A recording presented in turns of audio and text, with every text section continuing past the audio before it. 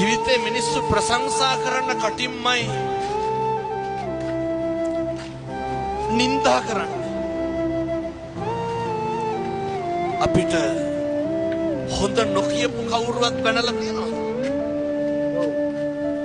සැලෙන්න එපා. කම්පා වෙනවා කියන්නේ මොකක්ද? හෙල්ලෙනවා. චලනය වෙනවනේ. හෙල්ලෙන්න එපා. සේලෝ යතා ඒක ඝනෝ වාතේන සමීරති. එවං නින්දා ප්‍රශංසාසු සමිච්ඡන්ති පණ්ඩිතා. පර්වතයක් වගේ පණින එක කාගේ වැඩක්? එක අනුන්ගේ වැඩක් නේ.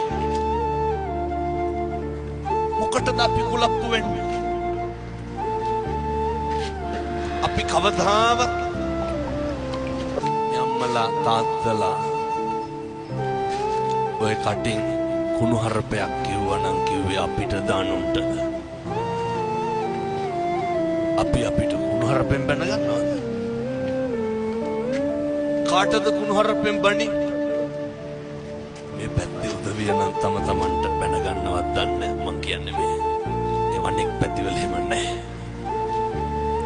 හැබැයි පව් පිරෙන්නේ කාටද?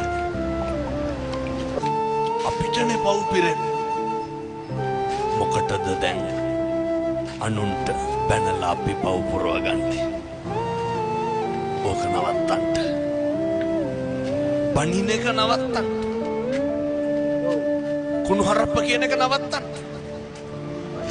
මොකද නින්දාවයි ප්‍රශංසාවයි ඔය දෙකම එකට තියෙන එකක්.